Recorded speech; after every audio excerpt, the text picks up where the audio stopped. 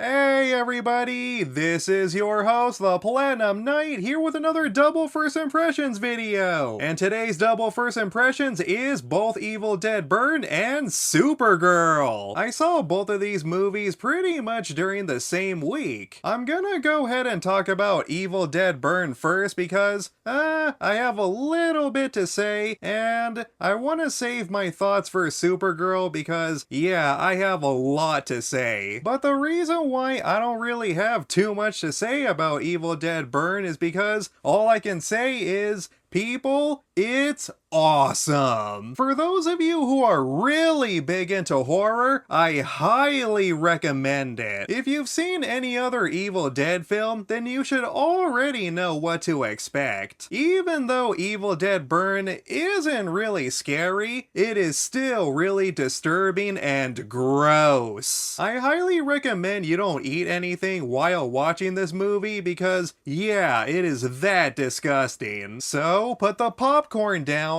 put the sandwich down, and enjoy the movie, if you can stomach it. But before I go ahead and continue talking about Evil Dead Burn, I guess I should go ahead and give like a small recap of what I think of the previous films. I'm obviously a huge fan of the Evil Dead, as you can see my shirt right here. I grew up with the original trilogy, starting from Evil Dead, then Evil Dead 2, Army of Darkness, including the TV show, which is Ash vs. the Evil Dead. I never really liked the remake, which is really shocking to me because surprisingly, a lot of people actually enjoyed the Evil Dead remake, and I don't get it. And on top of all of that, but as a gamer, I did enjoy playing Evil Dead the game. My only problem is, though, the game developers stopped updating it way too soon, which, oh well, it is what it is. Then ever since Ash vs. the Evil Dead ended up getting cancelled because, unfortunately, it was not getting the views. There's several reasons on the show's cancellation, but let's face it, one of the biggest reasons why Ash vs. Evil Dead ended up getting cancelled is because it was on Starz. This was around a time when cable was really becoming irrelevant and it was all about the internet. And so we only got 3 seasons of Ash vs. Evil Dead. It sadly ended on a cliffhanger and, I guess all good things must come to an end. But at least we got 3 seasons though. So after Ash vs. the Evil Dead got cancelled, this led to both Bruce Campbell and Sam Raimi to produce a reboot. But this time it was completely different, starting with Evil Dead Rise, which I actually made a first impressions video about it. So if you want to know my thoughts on Evil Dead Rise, then feel free to check that out for yourself. Link down below in the description. But to recap some of my thoughts on Evil Dead Rise, yeah, I really enjoyed it. It was dark, it was creepy, and it really did not hold back. So now here we are, Evil Dead Burn. As I said earlier, it's just an awesome movie, everybody. Again, just like with Evil Dead Rise, this film does not hold back whatsoever. One of the biggest highlights for Evil Dead Burn is Alice. I legitimately liked this French girl. She is played by, wait, how do you pronounce that?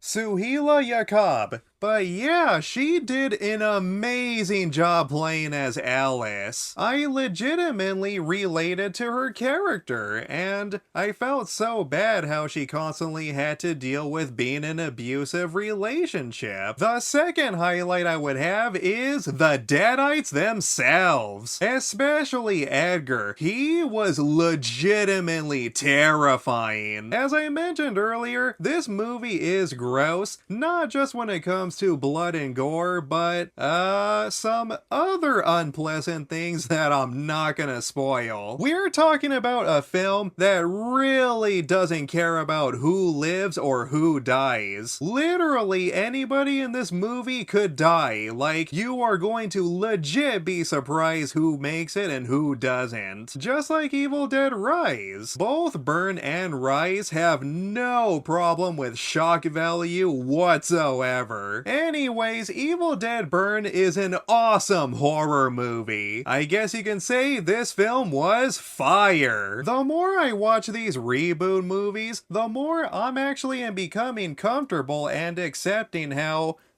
Bruce Campbell as Ash Williams has nothing to do with these films. Well, besides cameos. But you get what I mean though, and even with that being said, I do hope that one day, or someday, that Bruce Campbell does return to play as Ashley J. Williams in some shape or another. Now I am very curious about Evil Dead Wrath, which supposedly it's going to be a prequel, and it's going to take 10 years before the original. I don't know how that's gonna work. I have a weird feeling that they might do the whole multiverse type of deal, but we'll see though. We'll see. The next movie I'm gonna talk about is Supergirl, which, oh man, I mean, I have a lot to say, so here I go. If you've seen my post on either Twitter or on Discord, I did mention that I don't think that this film was as bad as everybody made it out to be. So just to clarify, I do still stand by that post, but here's the thing though, Supergirl, it's mid, okay? I will start with that. Supergirl, yeah, it's whatever. It's okay. Just okay. I will say that it is a little below average. It's your typical run-of-the-mill action comic book movie. The only difference is this time it's just based on Supergirl. What a letdown too, because the thing is, even though Superman wasn't really anything special either, at least it was definitely a lot more fun compared to this film. I'm gonna go ahead and start off by talking about the positives, even though there's not really much, but yeah, I'm gonna go ahead and start off by talking about what did I like about this film. Well, the only positive things I could say is Crypto is still very much adorable, and Lobo is badass. Jason Momoa did a really great job as Lobo. Although, to be completely honest, everybody, I am gonna miss Jason Momoa as Aquaman, but I'm not gonna go ahead and explain the whole what happened to the previous DC cinematic universe, but unfortunately, it just wasn't working out, and yeah, I thought Jason Momoa was a great Aquaman, and to be honest, I think Jason Momoa did an even better job playing as Aquaman than Lobo. But don't get me wrong though, Lobo is still pretty awesome. In a weird way, I wish that Warner Bros. Didn't reboot the DC cinematic universe, and we'll get more into that in just a second. I mean, yeah, that's pretty much all I can say. Those would have to be the biggest highlights. As I mentioned earlier, the action is okay. Just okay. And I did like the idea of Kara Zor-El, aka Supergirl, only having 24 hours to save Crypto. It kinda reminded me of Majora's Mask in a way, but she cannot travel back in time. Okay, so here is where I start talking about the criticisms. Where do I even begin with this film? I mean, I guess the very first thing I could mention is I was not a huge fan of that Ruthie character. It's not the actor's fault. She was just doing what she was told to do. But I don't like the Ruthie character herself. I do admit, at first I kinda liked her. I did feel bad to what happened to her and her family. But as the film goes on, her character slowly deteriorates and she just becomes worse and worse. This is going to be a little bit of a spoiler, so I'm gonna do my best to explain it. So there's a part in the movie where Supergirl is about to take care of some serious business. But here's the problem though. Right before she takes care of that said business, Ruthie ends up getting in her way, and at first what I thought was gonna happen is Supergirl was most likely gonna get mad at her, right? I mean, common sense, because it was Ruthie's fault. Supergirl specifically told her, do not move. move. Wait right here. And what is the very first thing Ruth does? She ends up doing her own stuff. And because of her, Supergirl is unable to do this very specific thing. But instead, what happens is Ruthie is the one that actually starts yelling and getting upset at Supergirl. And it's like, what? What is the point of this? Like, what lesson is supposed to be taught here? So, I thought that was a little bit weird. It just didn't really make any sense. I also wasn't really the biggest fan of Krem. Yeah, I mean, the thing is, Krem, he just came off as,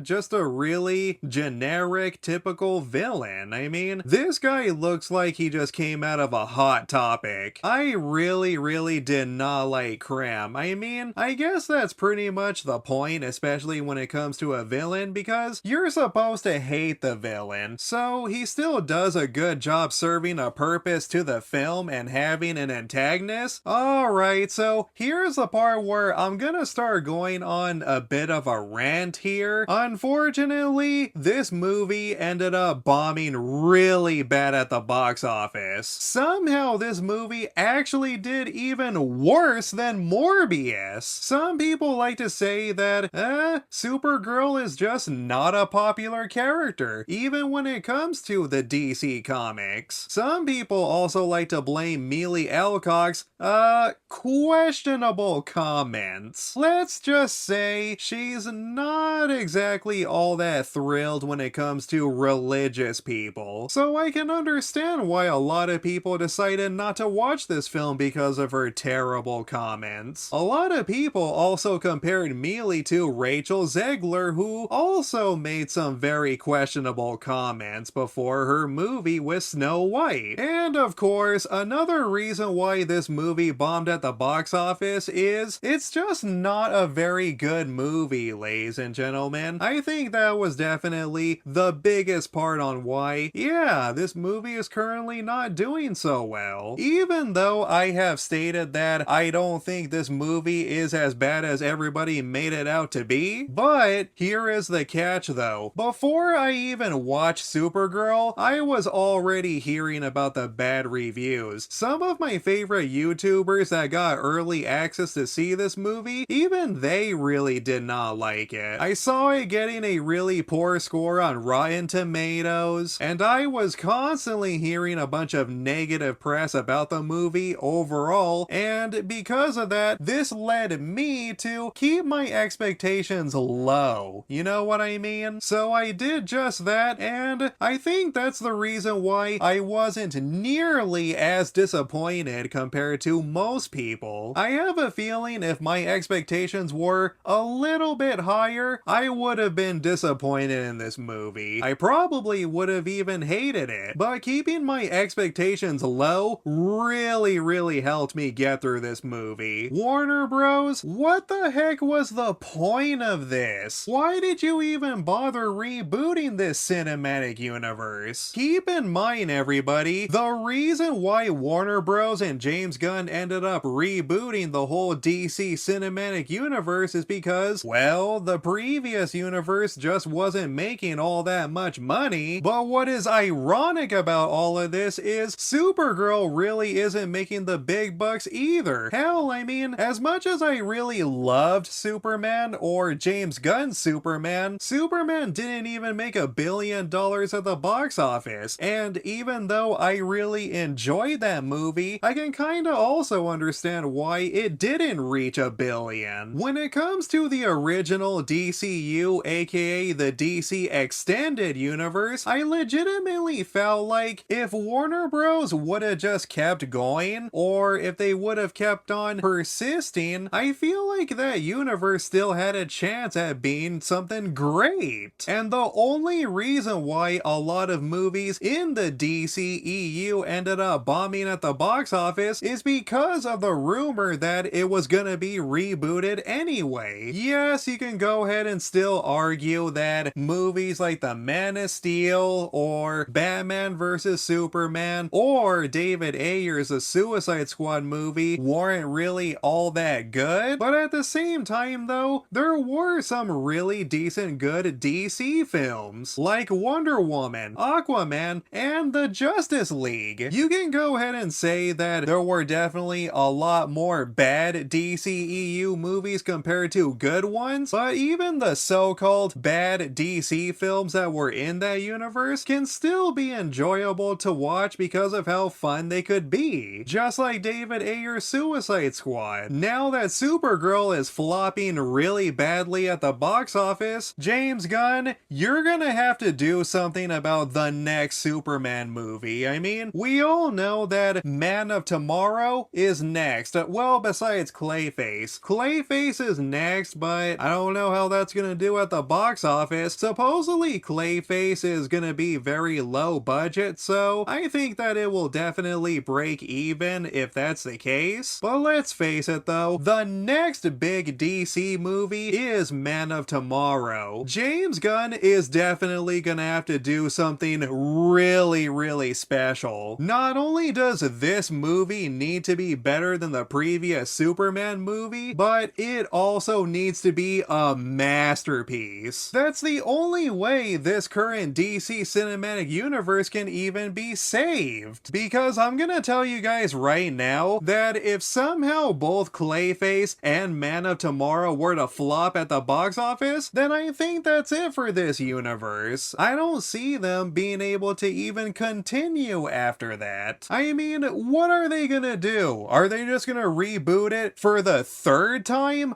Oh, I don't think so, everybody. If the next two DC Cinematic Universe films end up bombing really hard just as bad as Supergirl, then yeah, I think that's gonna be it for DC movies. If Warner Bros. Decides to do another reboot for the DC Cinematic Universe, they are gonna have to take decades in order to recover from the second one. It just sucks, you know, because I know that this is going to be a very unpopular opinion for me to say, but yeah, I actually was enjoying the DCEU. I enjoyed Man of Steel. I even liked Batman vs. Superman. Yes, it has its flaws, but I still liked it for what it was, and as for David Ayer's Suicide Squad, I thought that was a fun movie. Yes, it had some serious plot holes, but I still had fun with it. I really enjoyed Wonder Woman. I almost want to say that movie is maybe not a masterpiece, but it was a great comic book movie. I thought it captured the spirit of Diana really well in there. I really enjoyed the first Aquaman. I had a lot of fun watching the Justice League. James Gunn's Suicide Squad movie was really good. Black Adam was still a fun movie, and I still had a really great time with both Blue Beetle and Aquaman 2. And of course, we cannot forget about Zack Snyder's Justice League, which, yeah, I really liked his version of the Justice League, which, again, it wasn't perfect. It definitely had its flaws, and it was way too long, but it was definitely way better than Joss Whedon's version of the Justice League. It just really breaks my heart because, yeah, there are some movies that I really missed about the old or the previous DCU. Remember when we were supposed to get a Man of Steel 2 with Henry Cavill? Remember when Green Lantern was supposed to get his own standalone movie? Remember when Ben Affleck was supposed to get his own standalone Batman film? Remember when there were rumors that Justice League Dark was almost about to happen? There were so many movies and projects that ended up getting canceled because James Gunn and Warner Bros. Decided to reboot this whole universe. Hell, I mean, there's already a rumor going around that James Gunn might stop working on this universe after Man of Tomorrow because of how poorly Supergirl is currently being received. But remember though, that's just a rumor, okay? So please take it with a little bit of a grain of salt, but at the same time, I really don't blame Warner Bros. For being tempted to fire James Gunn after this. If this second attempt at a cinematic universe were to fail, is Warner Bros. Really gonna attempt to reboot this for a third time? I guess we'll have to wait and see with Man of Tomorrow. Good Good luck, James Gunn. You're gonna need it, man. Alright, everybody, that's it for this double first impressions video. That's it for my first impressions on both Evil Dead Burn and Supergirl. Thank you so much for watching. If you enjoyed this video, then please be sure to give me a thumbs up and subscribe. Hit that notification bell for new videos. This has been your host, the Platinum Knight, and peace out, everybody. You have yourselves a good one.